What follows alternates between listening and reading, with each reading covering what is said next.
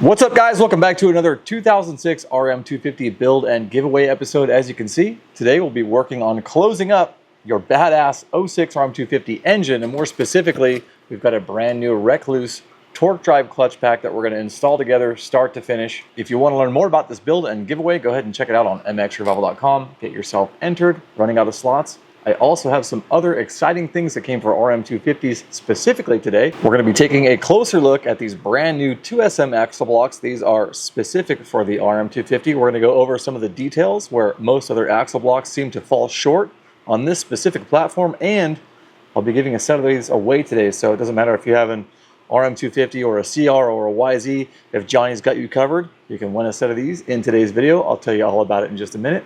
We're also going to announce last episode's winner of the $300 full custom DeCal Works graphics kits. You guys that entered to win the bike were automatically entered in all of these MX parts giveaways, so I'll tell you who that was in just a second as well. Something else just showed up for your RM250 build. We'll talk about that too. Let's go ahead and tear into today's video, get this clutch stall underway, get this engine closed up and ready to go back in that frame. All right, there she is. Got today's job all laid out, have everything we need. We will get into the specifics of that in just a moment, but dude, look at your freaking engine. 100% closed up except for this part here. Like I said, we're going to close this up together. Got everything we need to do the job, but let's go ahead and check out those new 2SM axle blocks, in this case specific for the RM250. Now, like I said, this is today's MX parts giveaway, so any of you guys who have already entered to win this bike build are already automatically entered to win these blocks. You don't have to do anything. Thank you guys so much for your support, and Johnny, thank you for taking care of today's giveaway as well. Now, something you guys may notice right off the bat is this giant chamfer in the rear of this axle block, and this is kind of the issue I've personally had being an RM250 owner for several years when installing your rear wheel. What tends to happen is, I think this is a 22 millimeter axle, not a 20, and this side axle block, no problem, goes on fine, right? Goes in. This other side, when you tighten this bolt, you guys can see the axle tapers down. There's like a hard line right there, and then it tapers down. When you tighten this setup up in your swing arm, what happens is this ridge pokes out of the end of your swing arm. Let's go check it out. Ever so slightly. What that ends up doing is leaving a bunch of slack, so that axle where it starts to taper pops out just past this hard edge here. So you have just 2 millimeters sticking out where the axle goes from 22 down to whatever diameter the threaded area is here. So what ends up happening is when you're trying to tighten your nut inward on the axle and collapse everything, you catch just the very, very tiny edge of this 22 millimeter portion in the very, very back of the block. And so before you get to that point in tightening, where you're binding the swing arm, you're closing it all up, this thing just floats. Super sloppy. Not this one. This has actually cured the problem. That's what we're talking about. But all the other axle blocks, I don't remember what stock was like, but all the aftermarket ones I've ever purchased to try and alleviate that issue, they all come 22 millimeter bore on either side, left and right. So what Johnny has done, and we've been checking this out on the two 06s we're building in here, is left a little chamfer in the back that when this is all tightened and the swing arm is collapsed and this ridge starts to pop out a couple millimeters, there's a place for that protrusion or tapered portion of the axle to live now. That's where that giant chamfer is on the back. So, having said that, this hole is now the diameter, of the threaded portion itself. So there's no slop, and I'm doing the one-handed wonder right now. But basically, this can go inside of the axle block now. It's not sloppy front to back until you get to the point where it's tight, and you can sort of try and get it where you like it before you really tighten it down the last few mil. So this is fixed. We test fit them on the bike. Got a special anodized black pair coming for your bike, because as you can see, and if you've been following along, we've got murdered out hardware everywhere, brakes, everything, so on and so forth. So special set coming for your RM. But now that we've confirmed that these are a go, RM owners, you guys can now get these from John as well. Oh, real quick, guys. Just scored. I found an old axle block that I had on my RM250. You can see right there, there's like a divot where the aluminum has been sort of pressed and pushed out of the way. That's how much that axle sticks out, and just kind of, you can see that's the 22 mil, nice and tight there. Real sloppy here, but you can see this thing would just kiss.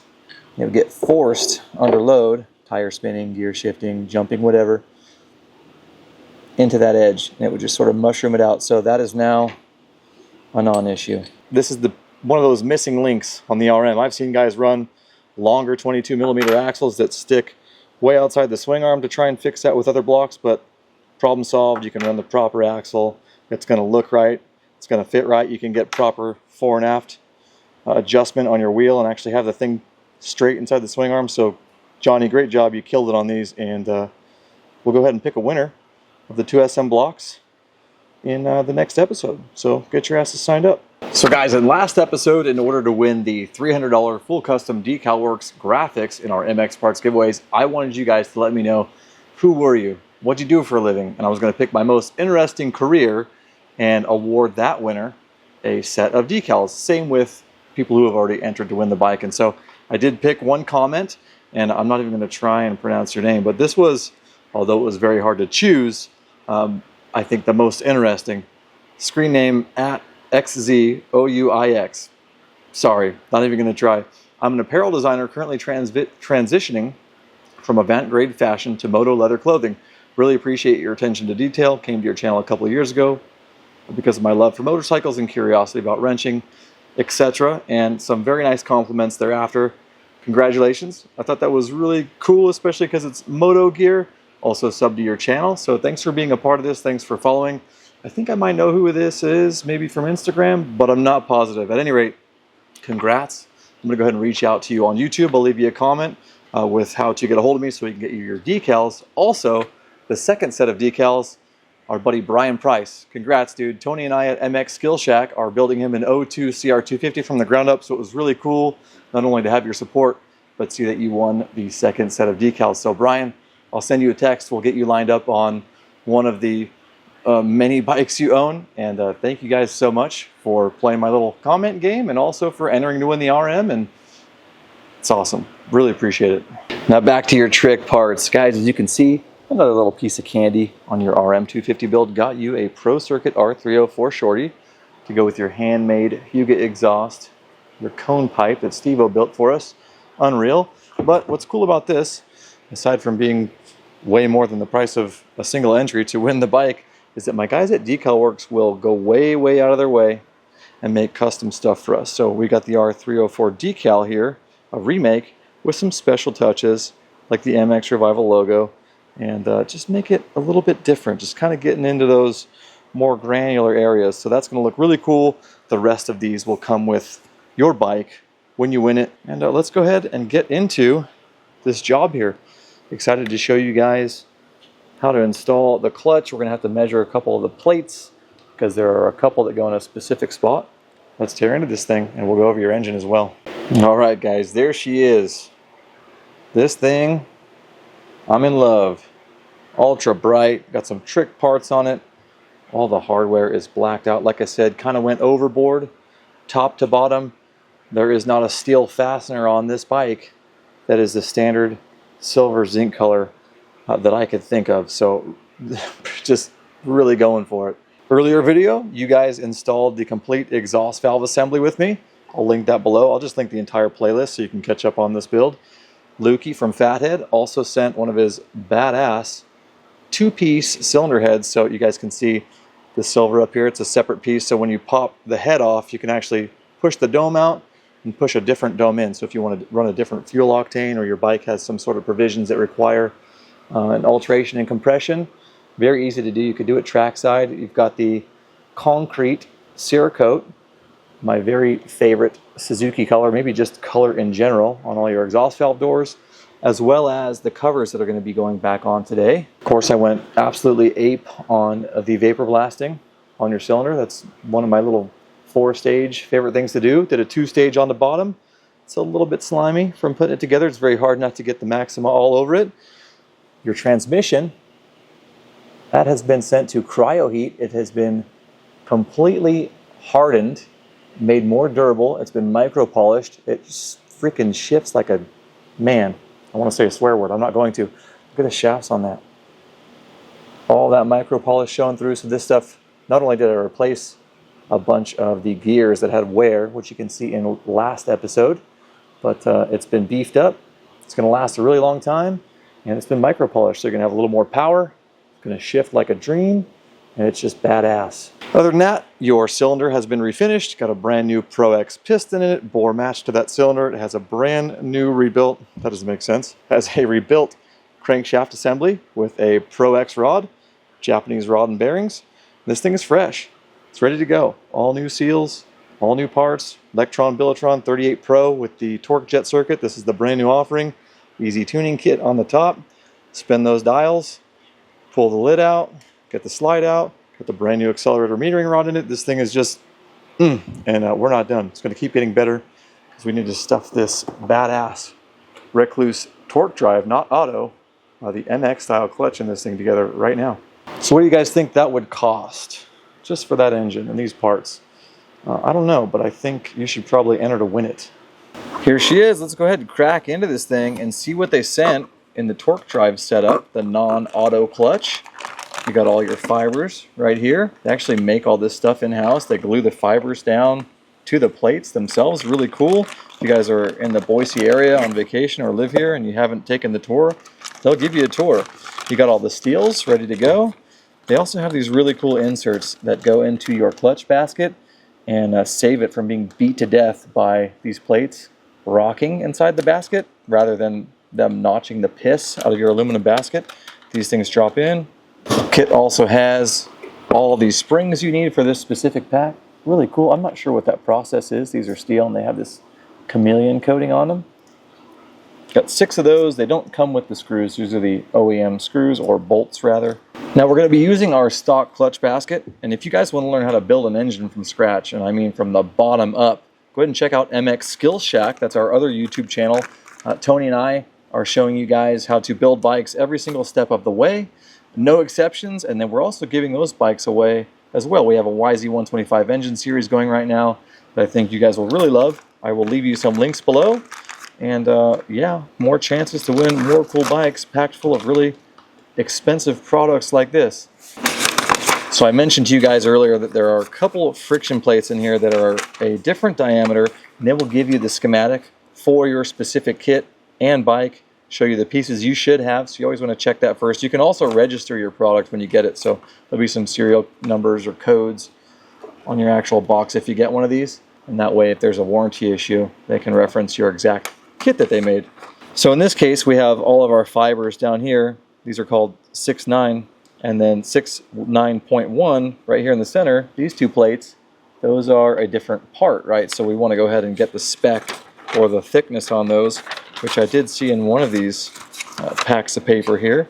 There it is. It's on the back of the booklet. So those 2 right there, 3 and 3, the friction thickness, count 2, is 0.120 thick. Now the rest of them, item number 2, which is everything else except for the 3s in the center, is going to be 0.07. So we'll go ahead and ID those first before we get going, set them in the appropriate slots or spots aside, so when we put them in, we know we're good. Other than that, this is really straightforward. There's nothing special about it. The auto clutch has some adjustment if you guys were to install one of those. There's a couple different ways to do that. Doesn't pertain to this. I'm especially excited about this and want one of these for my RMZ450 because rumor has it in some of these, and we're going to find out right now, that because the Rekluse friction plates, and maybe their steels too, are thinner, these are definitely thinner, top to bottom, then, oh, this is actually pretty obvious. The 2, these are huge. Back to that spec we were just talking about. We don't need to measure that, but we'll do it just for fun. But allegedly, because those are thinner, there are more fibers in their packs than OEM. So I actually wanted to count. I have the old clutch that was in this bike before, and what that's going to do is going to give you better drive, better hookup, probably better feel, and a lot of guys can probably delete that judder spring everyone hates inside the 4-stroke. 1, 2, 3, 4, 5, 6, 7, 8, 9, 10 fibers. Okay, cool. Let's see what's inside the old clutch, and I don't know if it's true. I think in some bikes it is, but let's see. I should have thought of a better place to put this dirty old bastard. 1, 2, 3, 4, 5, 6, 7, 8. Yep, cool. So these are so much thinner that they're actually able to get 2 more frictions inside this clutch setup versus this OEM clutch setup, which is, I'm not sure the brand, it was just in it when I bought it off Facebook Marketplace and then proceeded to blow it up. All right, let's go ahead and get these measured. As I stated, it's pretty obvious that these are much, much thicker than these guys here. They're even a different color. So maybe not always necessary to measure, but the calipers are already out. I was already proactive with the job. Let's go ahead and see where we're at, just to double check those specs. So these guys are supposed to be, what did it say? 0.12. So there's 0.12 right there, pretty much. And that is on the pads, not off the pads, between the actual fibers. And then if that's the case, might as well just check the other one for good measure. 0.12 again. Go ahead and check the thinner ones. And on the pads, again, 0.07 on a gnat's ass per the spec on this paperwork. So that's how you would do that if it isn't blatantly obvious like this pack here. Something else that I really like about this kit, and I've not yet seen this with other clutch kits, they usually come in some kind of like a cardboard backer with a vacuum sealed plastic on the front. These suckers come in Ziplocs. Now you don't need to hunt them down or find and clean out an oil pan, because the next step while we are going and ahead and installing everything in the engine, go ahead and let these bad boys soak. Let them pull some oil up. This is just some Honda HP. Good way to get rid of some stuff that's just left over in the shop. So go ahead and smear that around. Close up these bags. Super convenient. And let those do what they do while we put the basket into the engine itself. Give that a little more love. These aren't as crucial as the fiber soaking up oil, but if we can lube them, so be it. There's also something peculiar about these when we go to install them that I'll show you, having to do with how they are punched or manufactured. All right, hopefully you guys can see that all right. I think you can. If you need one of these badass engine stands, check out the website. Link it below for you. Anyhow, we're gonna go ahead and get started. It's really helpful if you guys have a service manual for your bike so you can see the order of operations, torque specs, etc. Just like over at Skill Shack, we like to give away PDF manuals for free if we have them. In this case, I do. So mXrevival.com for this manual. I have the 06, which would suffice for 04 and up RM250. So we can give that to you for free. We're happy to do it. So because we have this, we can sort of follow it if we need to, or we just get to work, right? There's going to be a spacer. Oftentimes this is going to be a washer by itself. Sometimes it's not a collar. That's going to go on there. And we've got a bearing. All this stuff has already been sauced up. And we've got our basket here. And this is going to lock into this idler, which is spun by the kick gear, etc. Turns the primary. You guys get it, but its point being it's going to, right there, let's see, click down into place. Just had it for a sec.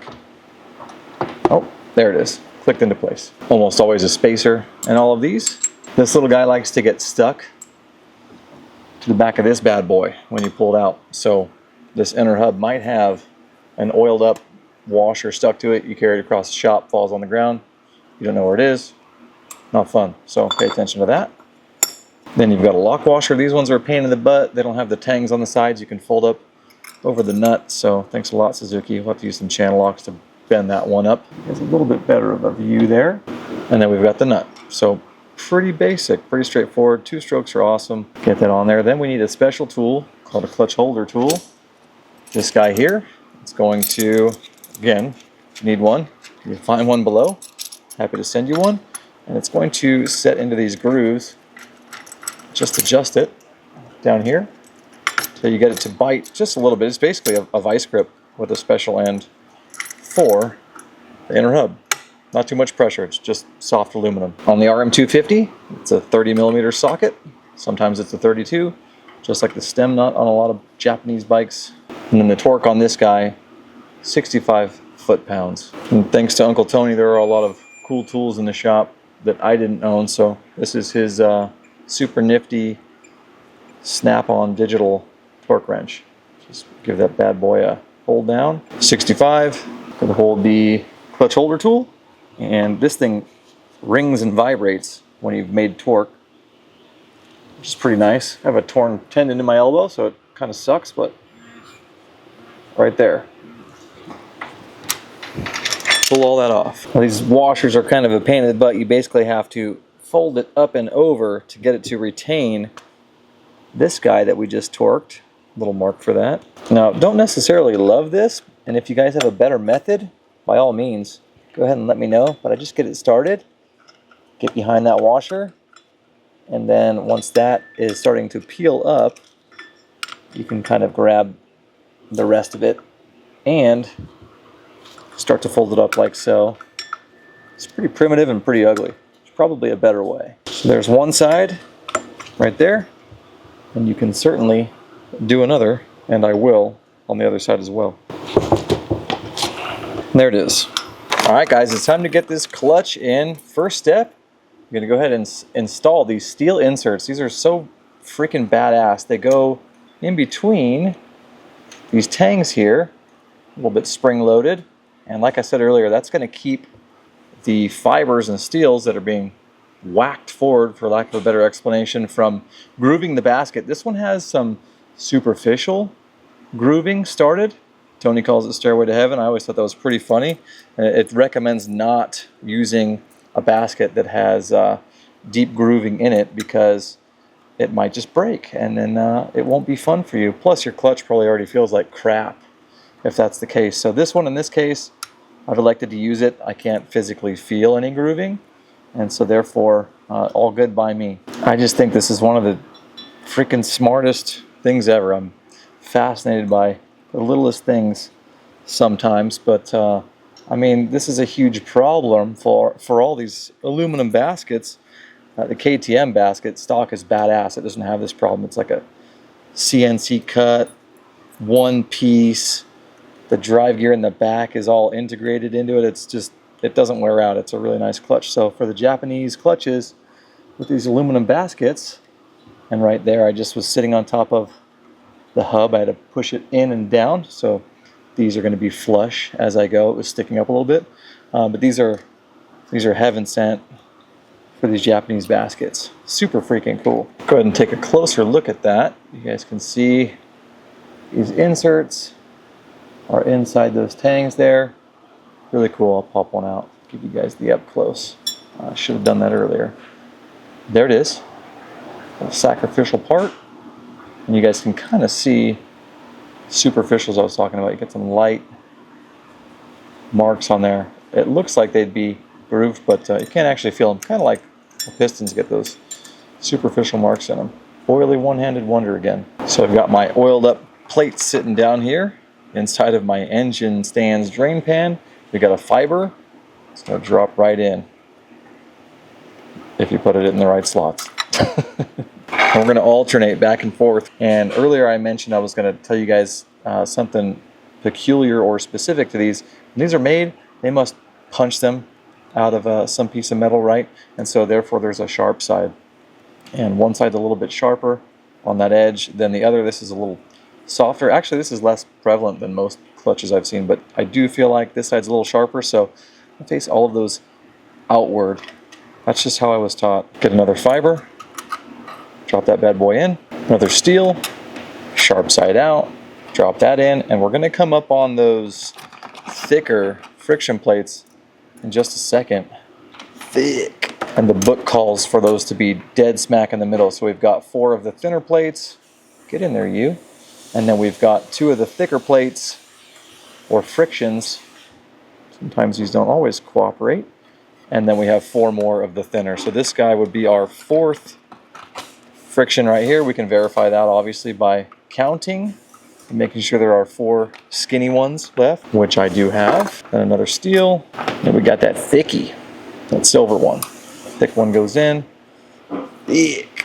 Another steel. You guys can do this in your sleep by now. 1 more thicker than a Snicker right there, and so on and so forth until you, my friend, have completed your clutch pack install. Look at you go. Massive thank you to Andrew Wheeler over at Rekluse for always being a part of what I've got going on with these giveaway bikes. They've always been amazing to me, and Rekluse team, really appreciate your support. Thanks for all the shop tours and all the help. These aren't the same without you. It's just another powerhouse component in a really cool giveaway bike, so I'm stoked. Now I notice I have a steel left here at the end, and that doesn't seem right to me that that would be on the outer hub, or pressure plate rather. That's going to be going in last, so I'm going to check my work and let you know what I find, because I don't think there's supposed to be a steel there on the end. Alright, so here's my blunder, guys. On the stock clutch, or what I'm pretty much only specifically used to, because I've never spoiled myself before, you got a fiber at the beginning and a fiber at the end. And essentially right now I have the pack in a little out of order, or even backwards if you want to call it that. We've got the rear here with the inner hub, and then there's the outer pressure plate. Got our two thickies in the middle, and the very first thing that goes in on this pack, and there's room for it up here, is a steel. So I need to take this out, get a steel in the very back. You can pull this thing out all as one assembly. You can almost never get it to go back in as one assembly. Actually, you can never get it back in as one assembly. So it's going to be the reverse of what I just did. Drop it all back in, and we'll be good to go.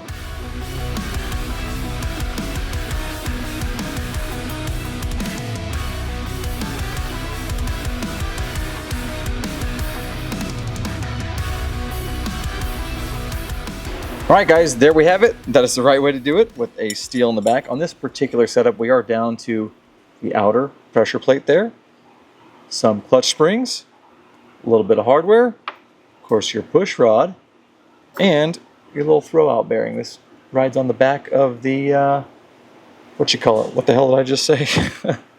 Pressure plate. This is actually what, when you pull your clutch cable, is actuating the pack, opening and closing that bad boy. Then you got your little throw-out bearing on there. Lube up that bearing, smack that on there. You guys can see where that would ride right here in the back of this piece. Make sure everything's nice and clean. Don't want any gouges. Maybe like a previous engine failure or something comes apart in the bottom end, makes its way into the clutch, grooves through all of this stuff. So check that as you go. Line that up. Drop in those super fancy springs. These things are cool as hell, man. Love the way these look. And then you got all of your hardware. Just a little 8mm head, like an M5 fastener, real thin on the back, not quite an M6. I'm going to drop these in, and always start them by hand, because if you do that with a drill, you might cross thread them and need to go buy yourself a brand new inner hub. You guys can of course do all this with your primary cover on. Your clutch is completely accessible. I just wanted to show you all the badass CryoHeat inside of there, and just kind of the inner workings. It's kind of more fun to look at than the cover. Also, we're not going to get oil and grease all over that freshly coated primary cover. So we have those started now, and you don't want to tighten these with the drill either, but you can slowly bring them in. Just let them stop. Don't let this thing click. Just set them down nice and slow.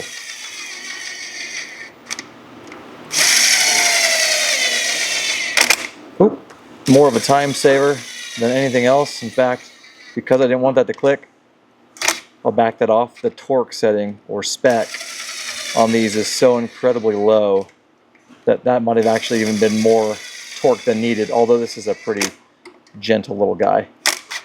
So per the manual, I think this is 3.5 foot-pounds. That's barely a pat on the ass. When we do this, we're going in a star pattern. So putting a wheel on a truck, those ones that took longer were the ones I backed off with the impact. Just a light seat. Once I've done my pattern, my star pattern, go around and check them all.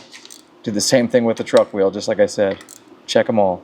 All right, we're getting down to the end here, guys. We need to go ahead and install our primary cover, our water pump, gaskets, and finally clutch cover with all that freaking murdered out hardware. Looks so good. Now I'm about to show you something that Uncle Tony put me onto, and that is greasing the gaskets. This is something that's made me a better builder.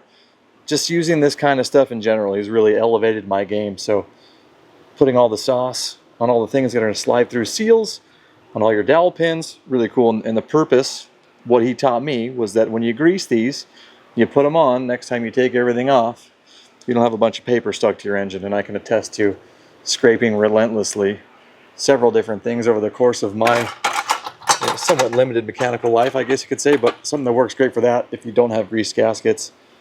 The plastic razor blade. Dean at Fast Blast put me onto these, so you won't go ahead and gouge your mating surfaces if you use something like that.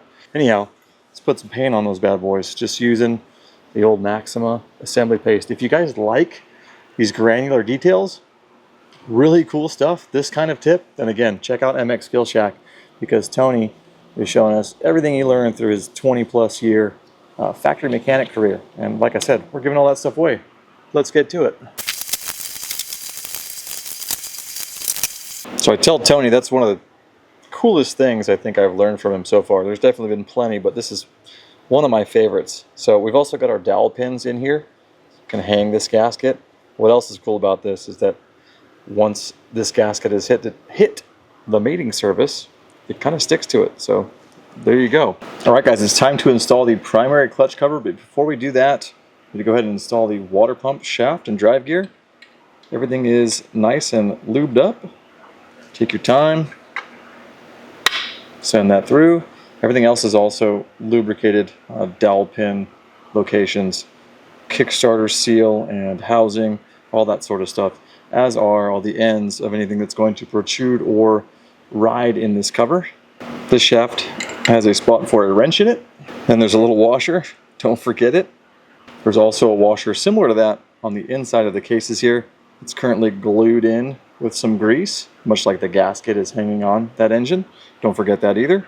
And then you've got your actual impeller going on, and it's a lefty. Torque on this is only 7 foot-pounds, so again, it's hardly a pat on the ass. There's a little hand snug right there. Time to lay this thing on. Take your time. Go easy. The gear on the back of this water pump rides in conjunction with the exhaust valve drive gear. That's what it's actually driven by, so I'm trying to lift that up a little bit. Get it to sneak. Get those teeth to sneak into one another. Start to mesh. There it is. Now we are on the dowel pins, and we are nice and flat. A little more lube on all the bolts. Something else I learned from Tony. Dude knows his shit. You guys need to check it out. Quick little water pump cover action there. All the specific bolts in the right places out of the Bolt Motorcycle Hardware engine fastener kit. These things even come with all the little crush washers. Pretty sweet. Nice and easy on the dowel pins. Quick cinch, but not a final torque. Last things to do here, drop this O-ring into the clutch cover gasket, install it, final torque. So we're on the home stretch. Use something like this to hold it in place. This is probably excessive. You can just grease the O-ring as well. Wipe some of that out of there. Lube that bad boy up. This thing will actually have the shape of the cover in it, so it's pretty easy to tell where it's supposed to be. And sometimes they're a little stubborn. They don't want to fall in the groove. They're a little bit too slack. They're a little bit too tight. Like this one is not quite falling in. It's almost a little too tight. Some guys will say to stretch them. Just try not to. Use the grease to hold it in place instead. And then there we go. In place. Didn't have to stretch it, and the grease is holding it down. Give that thing one final check before you lay it onto the bike, because oftentimes they can pop out. It's a lot like cylinder head gaskets, the O-rings. Drop your bolts in. And give some of them a light snug just to keep that O-ring where it belongs. Alright guys, last step. Got to set some torque. These are 8 foot-pounds, and that equates to 96 inch-pounds on the old inch-pounds wrench. And again, we're going in a star like we were before.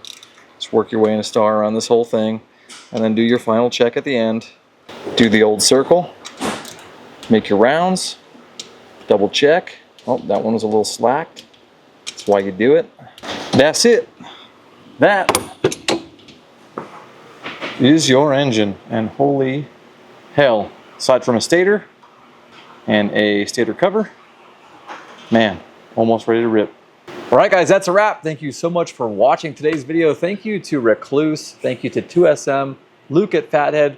Really, the list goes on. We'll have a full sponsor, aka mXrevival build team reveal at the end when we highlight the complete bike and everything that's been done to it. I hope you guys enjoyed today's video. I hope you learned something. I personally cannot wait to try one of the Rekluse Torq Drives in my RMZ. You guys saw we went and verified that there are actually more fibers in that pack. I thought that was really cool. This thing is jam-packed with so much stuff, top to bottom, so be sure to check out mXrevival if you want to enter to win this bike. And of course, today's 2SM axle block giveaway. I'm gonna keep those MX parts giveaways coming, so go ahead and get signed up. Also, some of you already know, but there are a limited amount of entries on this bike. We went for a 350 entries, and that is it giveaway, rather than usually 5-6 times more than that are allowed. If you need more info on anything you saw in today's video, the 2SM blocks, Rekluse, MX Skill Shack, those bikes you can win, more tech tips over there.